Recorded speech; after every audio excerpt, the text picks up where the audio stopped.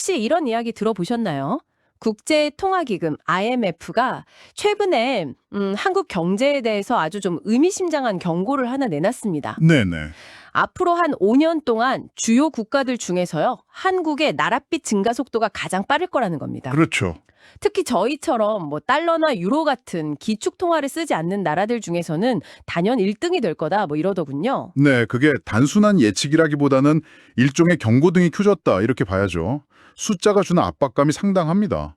그래서 오늘은 이 문제를 한번 제대로 파헤쳐 보려고 합니다. 이게 단순히 빚이 많다 뭐 이런 차원의 얘기가 아니고요. 맞습니다. 왜 세계적인 기관이 콕 집어서 한국의 빚 증가 속도를 문제 삼는지, 그리고 이 거대한 숫자들이 어떻게 청취자 당신의 대출 이자나 뭐 지갑 사정과 연결되는지 그 숨겨진 고리들을 한번 샅샅이 추적해 보겠습니다. 네, 여기서 우리가 던져야 할 본질적인 질문이 바로 그거예요.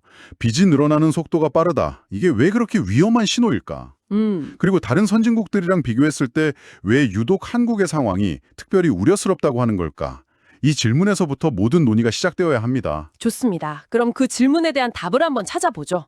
우선 현실부터 좀 직시할 것 같은데요. IMF가 예측한 구체적인 숫자들, 이게 좀 궁금합니다. 우리나라 부채 비율 얼마나 어떻게 변한다는 건가요? 네, 숫자를 직접 보시면 상황이 훨씬 명확해지는데요. 네. 일단 IMF 보고서를 보면 우리나라의 국내 총생산, 즉 GDP 대비 정부 부채 비율이 2024년 현재 53.4%거든요. 53.4%요? 네. 그런데 이게 2030년에는 64.3%까지 오를 것으로 전망이 돼요. 와.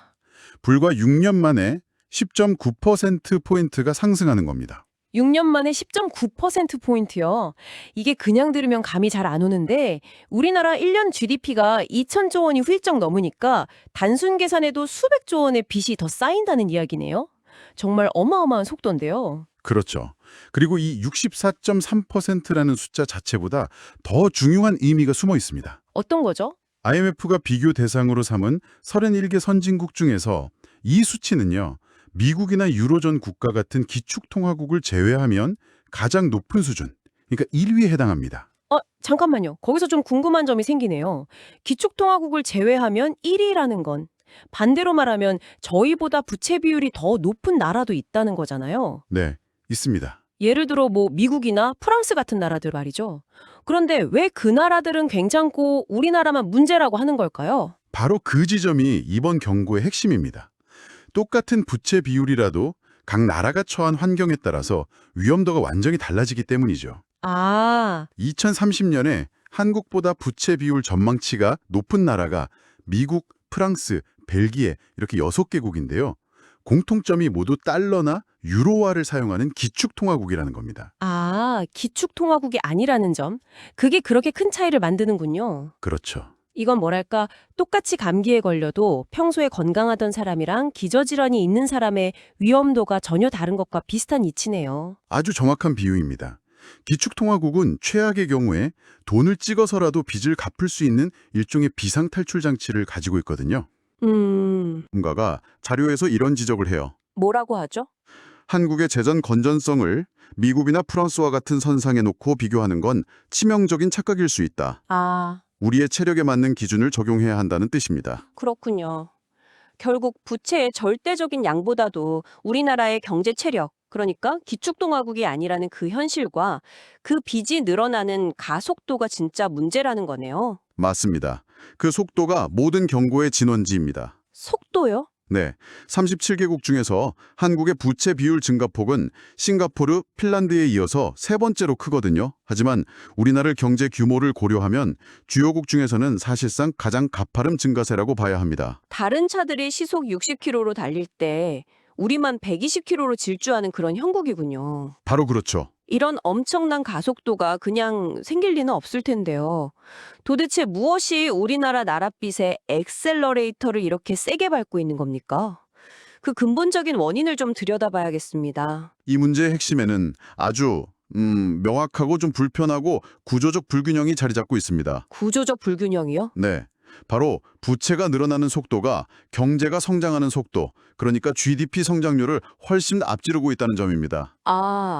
버는 속도보다 빚 느는 속도가 훨씬 빠르다는 아주 간단하지만 무서운 이야기군요. 네, 구체적인 숫자로 비교하면 이게 더 와닿으실 텐데요. 네네. 2026년에는 8.7%, 2029년에도 7.5%에 달할 것으로 보이죠. 매년 빚이 7, 8%씩 불어난다는 건데 같은 기간에 우리 경제는 얼마나 성장할 것으로 보이나요? 안타깝게도 같은 기간 우리나라의 명목 GDP 성장률은 3에서 4% 수준에 그칠 것으로 전망됩니다. 와, 절반도 안 되네요. 그렇죠. 정리하면 우리 경제가 버는 돈은 매년 3, 4%씩 늘어나는데 빚은 그 2배가 넘는 속도로 불어나는 셈입니다. 이런 구조가 고착화되면 GDP 대비 부채 비율은 시간이 갈수록 눈덩이처럼 불어날 수밖에 없는 거죠. 아니, 왜 이렇게 심각한 속도의 불일치가 발생하는 걸까요? 자료에서는 크게 2가지 배경을 지목합니다. 첫째는 이건 피할 수 없는 흐름이죠. 바로 인구 고령화에 따른 의무 지출 확대입니다. 의무 지출이라면 정부가 쓰고 싶지 않아도 법에 따라서 무조건 써야 하는 돈을 말하는 거죠? 네, 맞습니다. 구체적으로 어떤 것들이 있나요? 대표적으로 국민연금, 건강보험 같은 공적연금하고 의료비 지출입니다. 고령 인구가 늘어날수록 이 부분의 지출은 자동적으로 급증하게 되거든요. 아, 이건 정부 의지랑은 상관없이 구조적으로 정해진 미래군요. 네, 그렇죠. 그리고 두 번째 배경으로 정부의 확장 재정 기조가 꼽힙니다. 확장 재정 기조요? 네.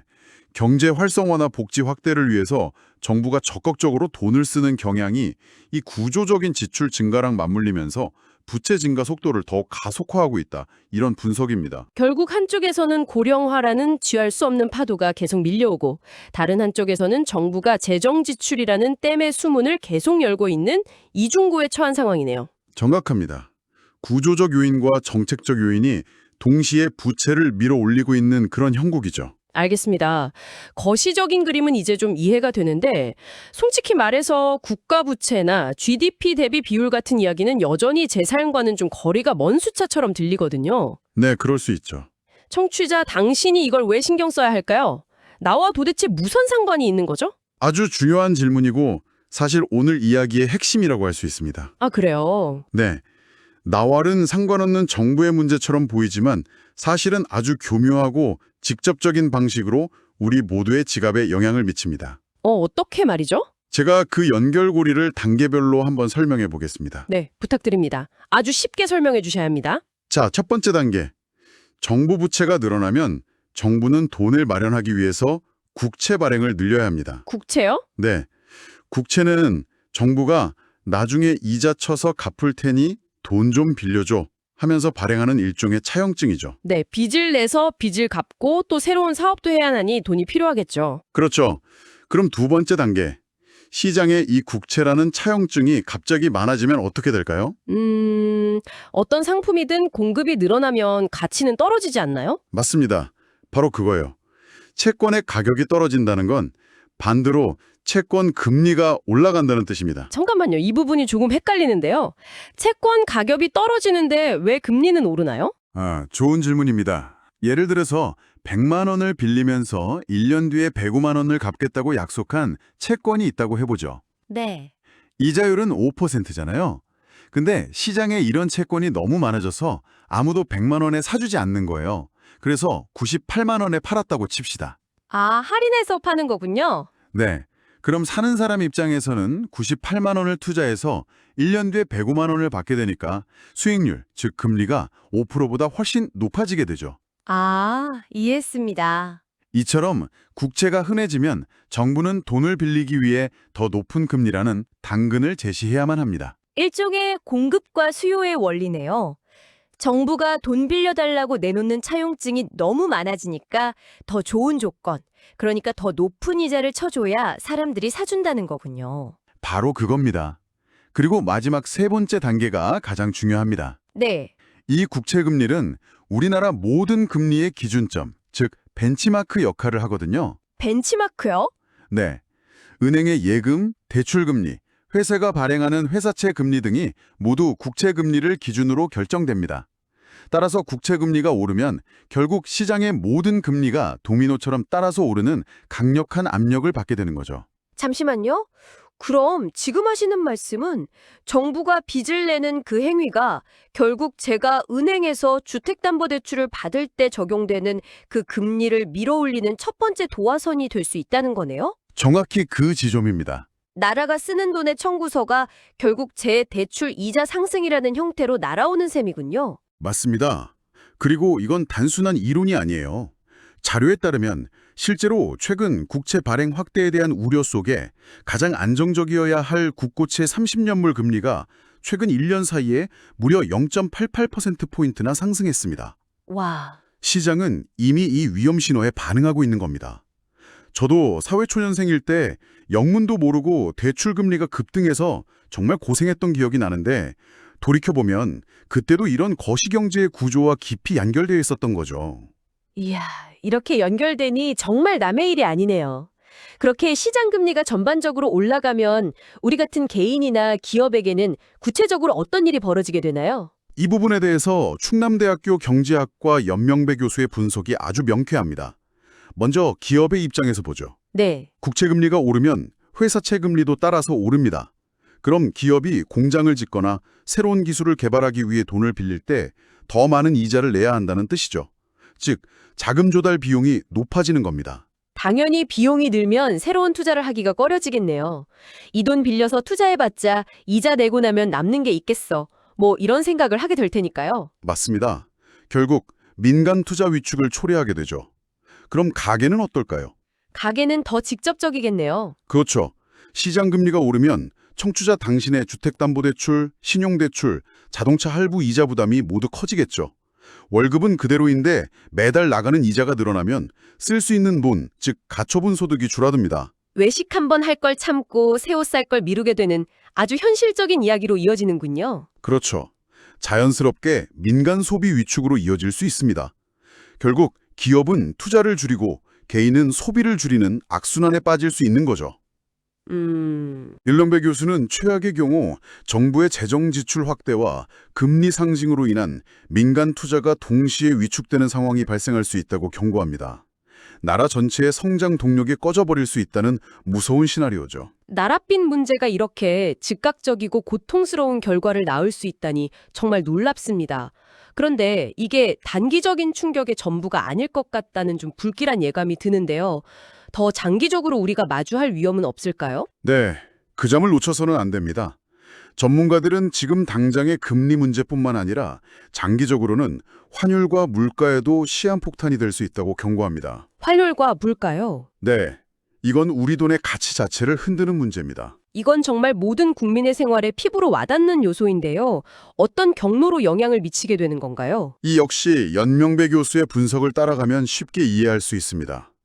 첫째, 정부가 막대한 양의 국채를 계속 발행하면 중앙은행인 한국은행이 이걸 일부 사주게 될 가능성이 커집니다. 아, 정부의 빚을 중앙은행이 돈을 찍어 메워주는 셈이군요. 네, 이건 시중에 통화량이 엄청나게 풀린다는 것을 의미합니다.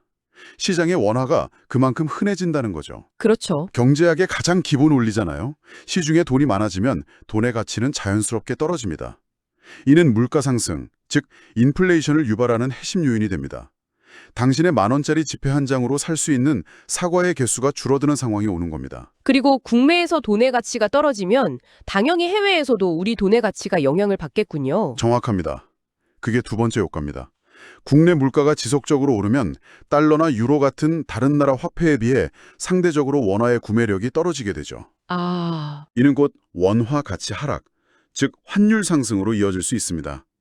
우리가 해외여행을 가거나 수입품을 살 때 훨씬 더 비싼 값을 치러야 한다는 의미죠. 실제로 재정 건전성이 흔들리는 많은 비기축 통화국에서 이런 현상이 반복적으로 나타났습니다. 결국 모든 게 톱니바퀴처럼 맞물려 있네요. 나랏빚의 빠른 증가는 단기적으로 금리를 올려서 기업 투자와 당신의 소비를 위축시키고 장기적으로는 우리가 쓰는 돈의 가치를 떨어뜨려서 물건값을 올리는 인플레이션과 원화 가치 하락이라는 결과로 이어질 수 있다는 거군요. 네, 단기적인 충격으로 경제의 급 브레이크를 밟게 하고 장기적으로는 경제의 기초 체력을 서서히 갉아먹는 두 가지 위험을 모두 안고 있는 셈입니다. 정말 복잡하면서도 중요한 문제인 것 같습니다. 오늘 이야기를 정리해 볼 시간이네요. 저희가 살펴본 자료들을 통해 몇 가지 핵심적인 사실을 확인할 수 있었습니다. 첫째, IMF는 한국이 기축통화국이 아니라는 약점을 안고 있음에도 나랏빛 증가 속도가 향후 5년간 세계에서 가장 빠를 것이라고 이례적으로 경고했다는 점. 그리고 둘째, 그 근본 원인은 우리 경제의 성장 속도보다 2배 이상 빠른 빚 증가 속도라는 구조적 문제에 있다는 점이었습니다. 그 배경에는 고령화라는 피할 수 없는 흐름과 정부의 확장 재정 기조가 맞물려 있었죠. 마지막으로 이 나랏빛 문제가 결코 정부만의 이야기가 아니라는 점을 확인했습니다. 국채금리 상승을 통해 결국 당신의 대출 이자를 올리고 기업 투자를 막고 소비를 위축시키는 직접적인 원인이 될 수 있다는 점, 그리고 장기적으로는 물가 상승과 원화 가치 하락의 위험까지 품고 있다는 점을 짚어봤습니다. 네, 오늘 살펴본 자료들은 문제의 원인과 그로 인해 발생할 수 있는 결과들을 아주 명확하게 보여줍니다. 그렇다면 이 모든 논의는 우리에게 마지막으로 하나의 근본적인 질문을 던지게 합니다. 어떤 질문이죠? 인구 고령화와 같은 구조적인 지출 압박은 우리가 원한다고 해서 쉽게 사라지지 않을 겁니다. 그렇죠. 그렇다면 이 가파른 부채 증가의 궤도를 바꾸기 위해서는 과연 우리 사회가 어떤 어려운 선택을 해야 하고 어떤 고통스러운 합의를 이뤄내야 할까요? 복지 지출을 줄여야 할까요? 아니면 세금을 더 걷어야 할까요? 이러한 근본적인 압박에 직면했을 때 재정 건전성이란 우리 공동체에게 그리고 청취자 당신에게 과연 어떤 의미를 가져야 할까요? 이 묵직한 질문을 마지막으로 남겨드리며 오늘 이야기를 마칠까 합니다.